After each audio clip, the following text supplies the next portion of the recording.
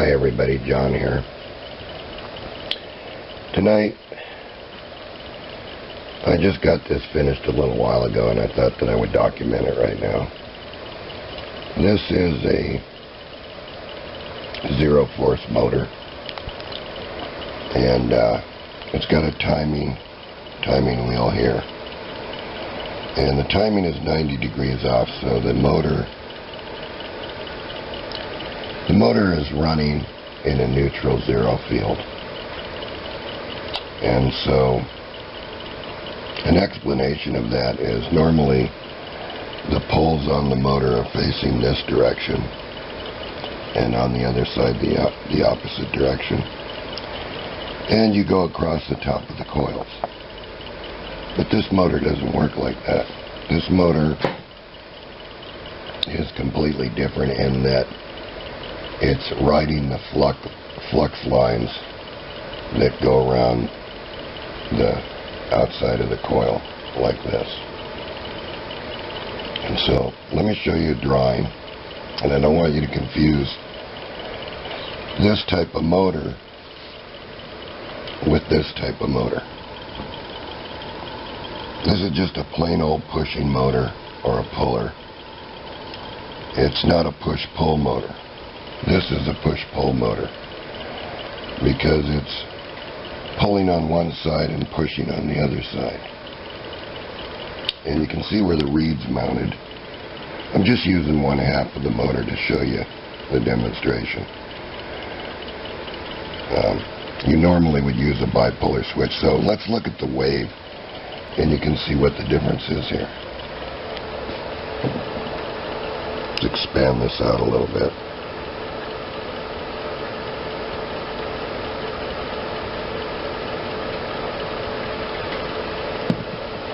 And bring this up.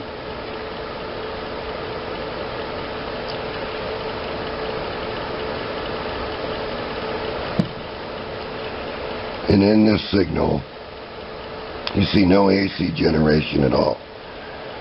This is incapable of generating any power back. So, what does that tell us? That it doesn't have a counter EMF while it's rotating, which means it's just free in that magnetic field. Now there's 4 poles on this magnet. I did this the simple way to prove to you that it could be done with just all north poles. But normally you'd have 2 south poles and 2 north poles, and you'd have one more reed on this side over here, right over here, and it would be firing at every 90 degrees across the blotch wall in the magnetic field. So this being a south pole at the top and a north pole at the bottom, and this being a north pole and a south pole. So you can arrange it so that it pulls in to ride the field or pushes out to ride the field. So I don't want, again, to confuse you with this motor or this motor. One is pushing here and one is pulling, but there is no push-pull arrangement in this motor. And you can see, you can tell if you just do the experiments, that if you try to push-pull this motor, these coils would have to be arranged much different. These coils are arranged vertical, and there is no horizontal coil, so you're riding the flux lines that the magnetic field generates. Now, let me show you what it actually looks like when you draw it out magnetically. Some disagree with me, but I don't care. I happen to know what it does, and I know what the magnetic fields are. So here's what it looks like. And it looks exactly like this. These being your magnets here and here and here, and here. Now I've arranged this so it's all north poles, as you can see from the drawing. This shows you the timing. And normally there'd be a reed here and a reed over here. This magnet would stay there because when the wheel moves 90 degrees, you want it to fire again in the vertical mode. So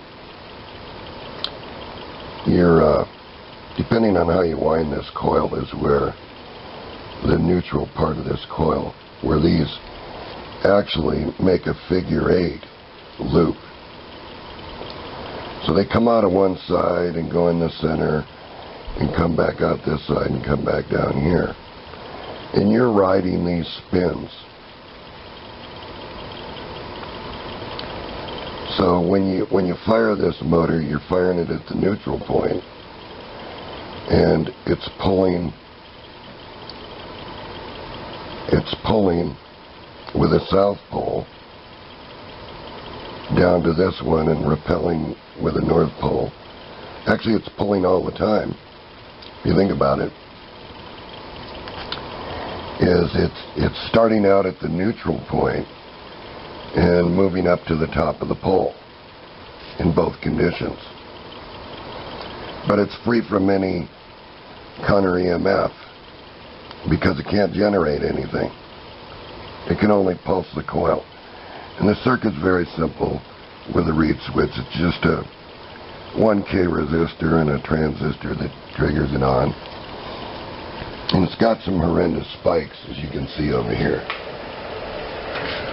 So let's move this scope probe down and let's see what we can get here.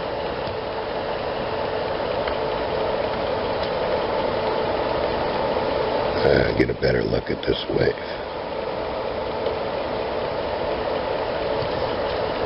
Sorry about the glare in the screen. It's the lighting in the shop. So you can see that where it switches on, and since there's nothing to counteract the radiant, you're at 10 volts per division here. So if I move this down, get it in line here right where you can see it. So we've got about 10, 20, 30, 40, 50, 60 volts. Now, the one thing that I want to warn you about on this type, if you decide that you want to try to build this, it's a very simple build, and anybody can experiment with this. Do not put a capacitor across this reed, because if you do, you're gonna arc the contacts because of the base current. It's going to store the charge and arc them, because I've blown about several of them out, getting it to run and trying to get the timing just right on this thing. It's a 90-degree timing. So the timings, I've moved this wheel, the timing wheel, so that when the magnetic field gets to the neutral point, it turns on. And then it pulls it in the opposite directions. And I put the fan on just to slow it down. And so what I wanted to do was kind of share this build with you guys, since everybody's always asked about a zero force motor and how did you do it. Well, this is the simplest version of it. And what I did was these things. All right, I'm sorry. I accidentally hit the button. But anyway, I'm going to back up a little bit here. I was warning you about this reed. If you notice, the reed is at an angle, and the magnets around the wheel are at an angle. They're not straight across from each other. And that's why I made a 14, basically a 14-pole rotor. So I could do all these experiments. I not only could do this horizontal or vertical, I could make this one horizontal or vertical. And it would be very easy to take the easy spin and wind a plastic coil that goes in here for an arc on both sides, and then you'd have a zero-force motor, and your reed would be over at 90 degrees, one this way and one this way. So let me show you the magnetic fields, and you might be able to see what kind of a pattern this actually is in the center here. And this is exactly what the fields do. Is you push the north poles together. They want to spring out and make a super north,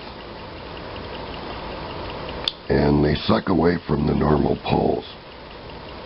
So the question is it running on this magnet, or is it running on this super north? And from my experience with this motor,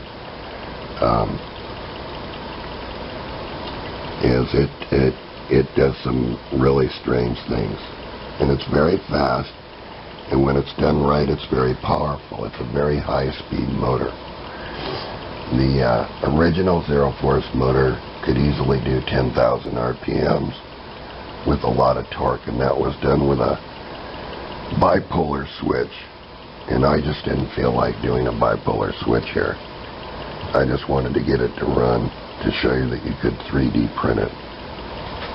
And it's information that people has always asked me about, so once again, here's your zero-force motor. And it's not your typical motor, because this would be your typical motor. And so, once again, it rides these flux lines from the center point up or the center point down. And here's the wave shape again. Let's see if I can get this. I'm at the max on the scope as far as voltage goes. So you can see that. I'll bring this up so you can actually see what it looks like and expand it out. Here, you can get a trace across there.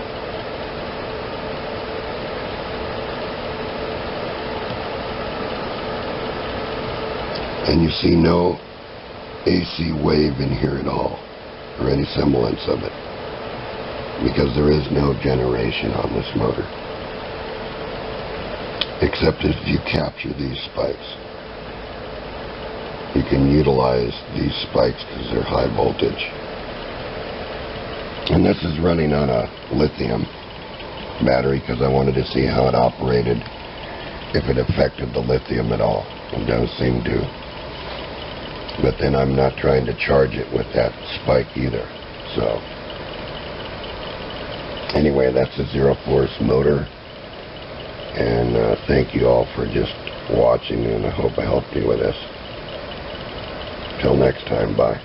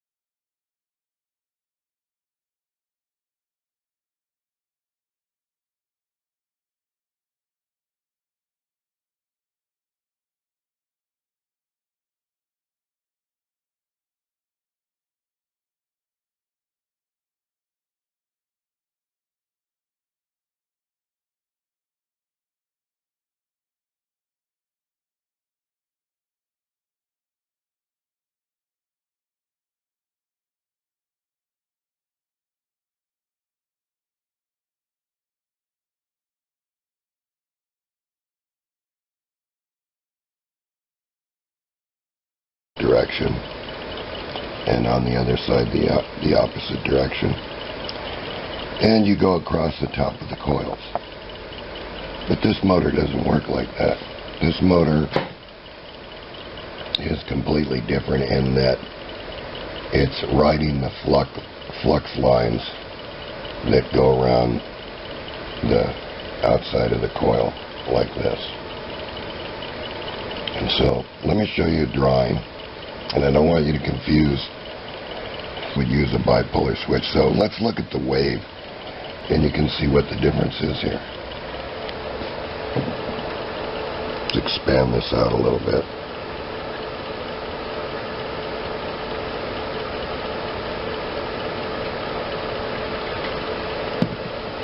And bring this up.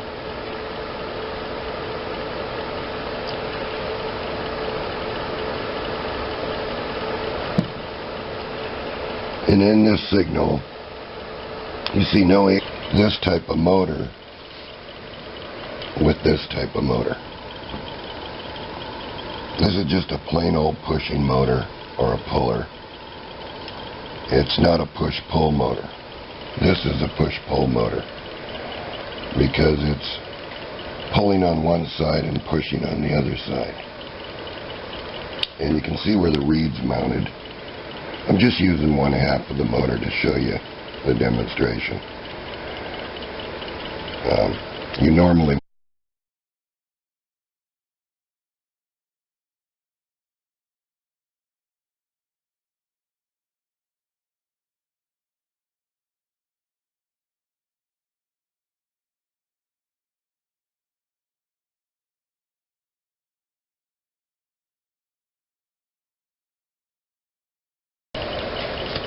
Hi everybody, John here.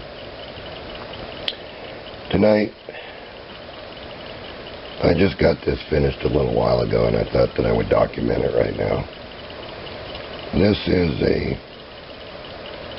zero force motor, and it's got a timing wheel here, and the timing is 90 degrees off, so the motor